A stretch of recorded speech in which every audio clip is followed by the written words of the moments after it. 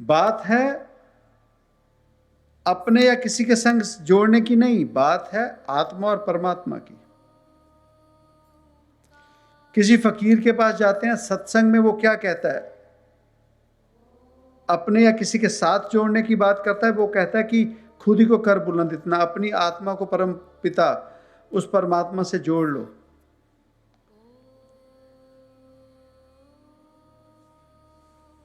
तो कई जीव इसीलिए नाराज हुए पड़े हैं, अरे वो उसका नाम नहीं जपवाते अब। तो इसका मतलब कट्टरपंथी तो वो हुए,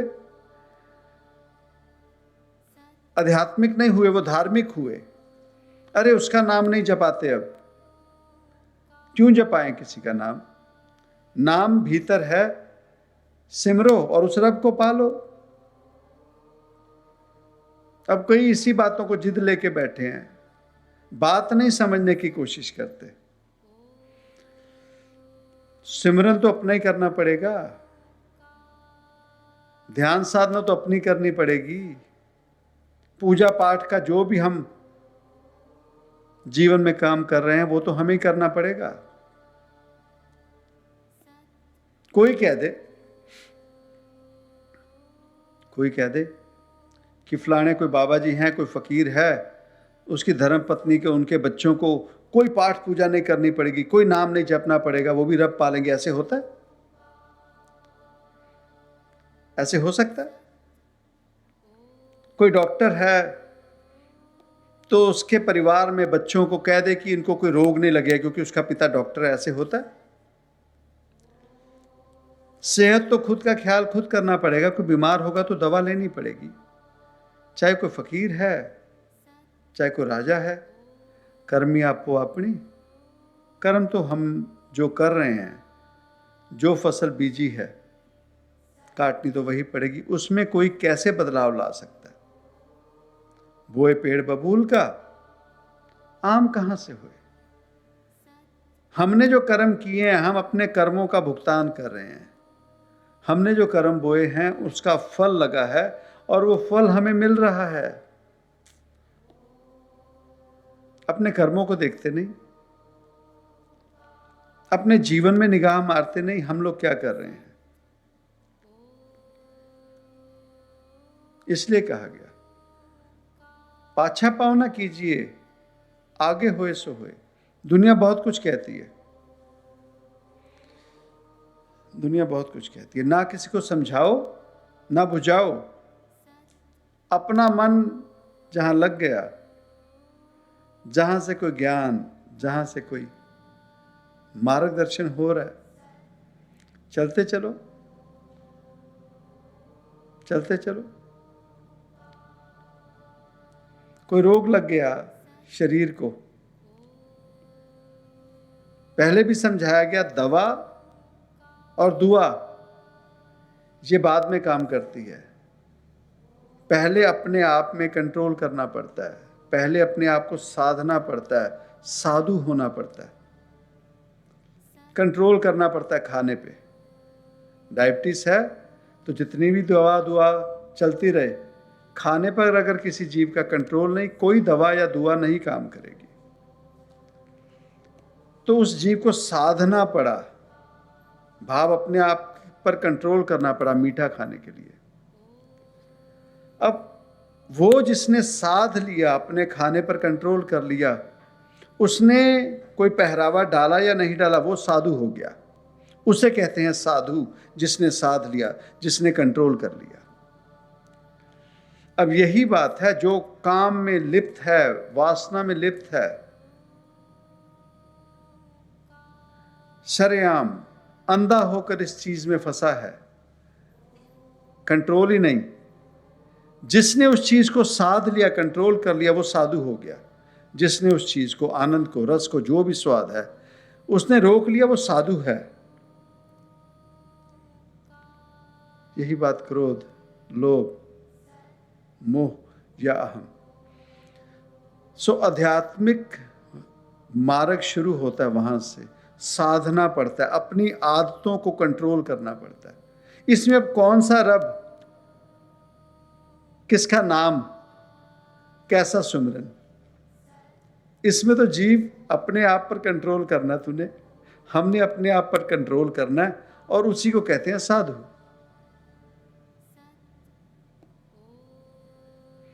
अब जिसने साध लिया, जिसने साध लिया, कंट्रोल कर लिया, जो साधु हो गया, अब उसने कैसे साधा, उसे आगे का फिक्र होने लगा कि आज मैं इस चीज़ को कंट्रोल करूंगा तो इस चीज़ का फायदा होगा, आज अगर मैं ये करूंगा तो इससे नुकसान होगा। वो कौन है? वो है ब्रह्म ज्ञानी, जिसे आगे का पता लगने लगा, दूरंदेशी होने लगी, वो आगे आने वाले समय की कैलकुलेशन करने लगा, जो आम तौर पर फकीर हमें देखने को मिलते हैं, वो जिन्होंने अपने आप पे कंट्रोल कर लिया, साधु हुए। अब ब्रह्म ज्ञानता क्या है, दूरंदेशी क्या है? वो जो गुणा करते हैं, हिसाब लगाते हैं कि ये काम करने से आने वाले समय में ये नुकसान होगा, इस काम को रोक लिया जाए तो इससे ये फायदा होगा। वही तो है ब्रह्म ज्ञानी। हम किसी फकीर साधु के पास जब जाते हैं, वो बात करते हैं, तो उन्होंने क्या करना है? एक्सरे करके हमारा जिस मार्ग पर चल रहे होते हैं उसी को तो रोकना होता है, टोकना होता है। इतना अपने ऊपर काम करने पे ब्रह्म ज्ञानता, ब्रह्म ज्ञानी हो जाता जीव। करत करत अभ्यास। जब इन चीजों का पता लग गया, फिर अपना सोचना, अपने परिवार का सोचना छोड़कर वो जब इस ब्रह्मांड का हर जीव के बारे में वैसे ही सोचे जो अपने परिवार के बारे में सोचता है, हर एक का फिक्र करे, संत हो गया। इंसाफ करे।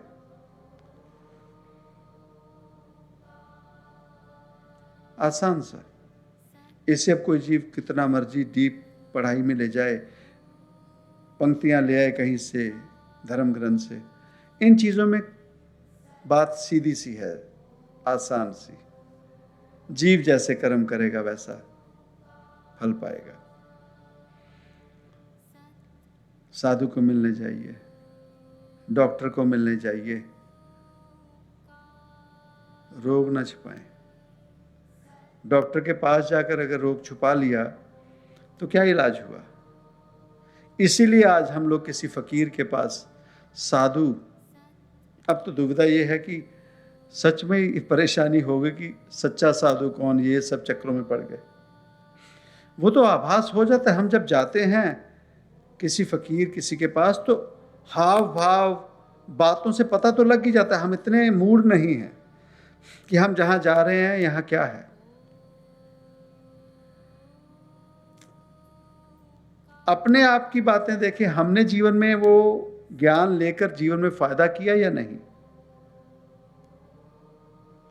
अपने ऊपर काम करके देखें, अपने आप को सुधार लें, अपने जीवन की उन्नति पालें। यही रब का पाना है। हम किसी फकीर के साथ मिले ही नहीं, बैठे ही नहीं, और जो बैठते हैं, जो मिलते हैं, वो तो ज्यादा नरक हो जाते हैं। इसलिए लक्ष्मण जैसी भक्ति कौन कर सकता है?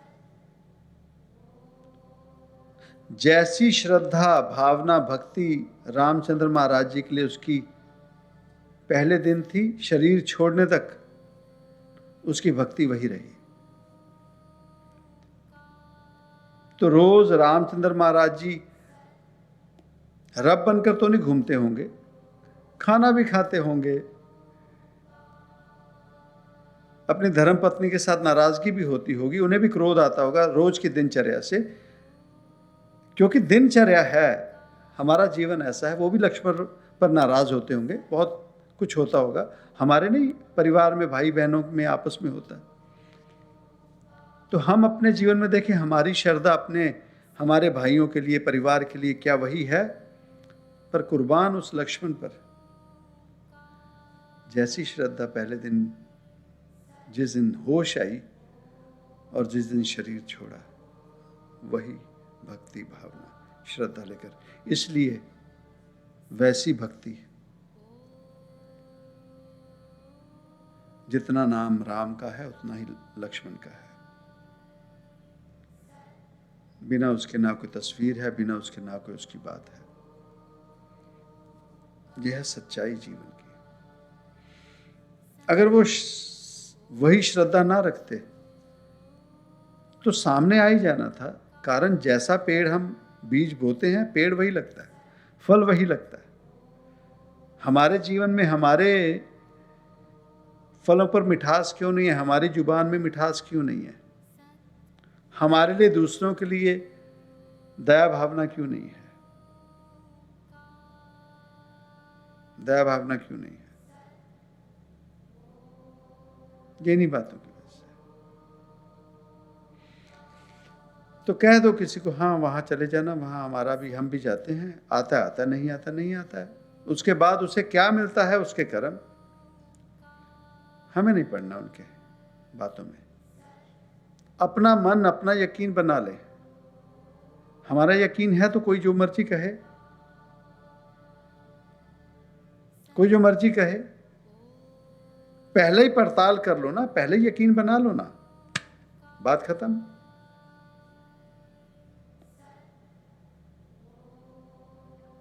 बात खत्म। जीवन में किसी से इश्क हो जाता है, लड़के लड़की का लव मैरिज करने तक जब नौबत आ जाती है, तो माता पिता रोकते नहीं, दुनिया रोकती नहीं, तब जीव क्यों नहीं रुकता? यकीन हो जाता ना, नहीं मैंने जो फैसला किया वो सही है। तो रब के मामले में हमारा यकीन क्यों नहीं बनता?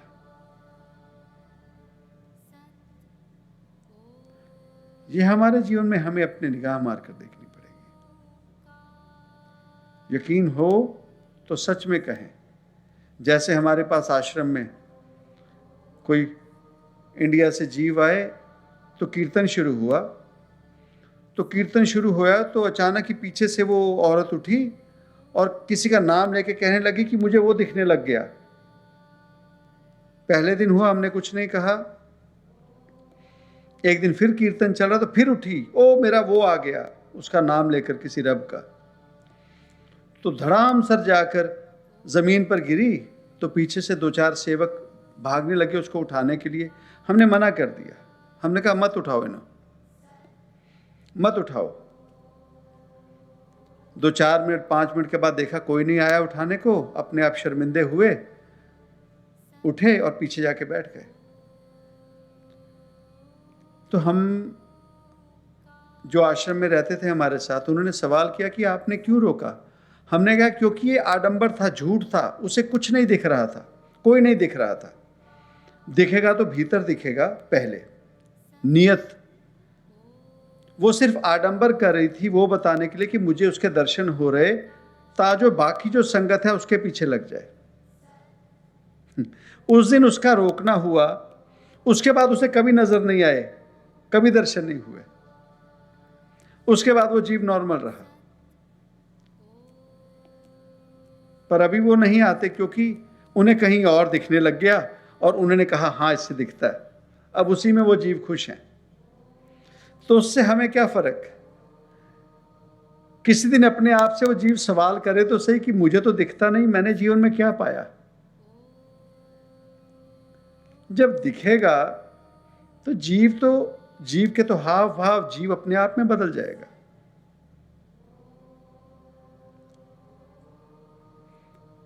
इम्तिहान में गए, वो जीव जो फेल हुआ पर दुनिया में कहे मैं पास हुआ, और वो जीव जो सच में पास हुआ, दोनों के हाव भाव, दोनों के बोलचाल, दोनों की सच्चाई में फर्क होगा। दोनों की सच्चाई में फर्क होगा। ऐसे कर्म ना करें जिसमें झूठ हो। हमें क्या मिला, हमने क्या पाया? हमें कई जीव बात करते हैं जो दूसरे स्टेट से कॉल करते हैं, अरे बाबा जी आपके दर्शन हुए, आप रात में आए, ऐसा हुआ वैसा, हम सुन लेते हैं। अगर तो यकीन करते हो तो उन्हें कई बारी बता देते हैं, अरे रात को ऐसी बात चल रही थी, कृपा तो उस दाते की चल रही ना। अरे फिर डर जाएंगे। पर जब खुद वो बुराई कर रहे होते हैं तब यकीन टूट जाता है। सो इन चक्करों में ना पड़े, अपने आप से सच्चाई रखें। दिखता तो दिखता सच्चा, नहीं दिखता तो झूठ क्यों बोलते हो? बजाय उसके झूठ बोलने के ऐसे कर्म कर लें, ऐसी कमाई कर लें कि सच में वो दर्शन देने लग जाए। यही तो सच्चाई है जीवन की। मनुष्य जन्म, इंसानी जन्म मिलने का फायदा ही वही है, सच्चा जीवन जिए कम से कम अपने आप से। इसलिए जीवन में कोई साधु या फकीर का होना ज़रूरी है, इसलिए जीवन में सत्संग होना ज़रूरी है। अब तो हम बहुत ज़्यादा फॉर्मेलिटी में पड़ गए, पहले आप सब दिखावा कर रहे होते हैं।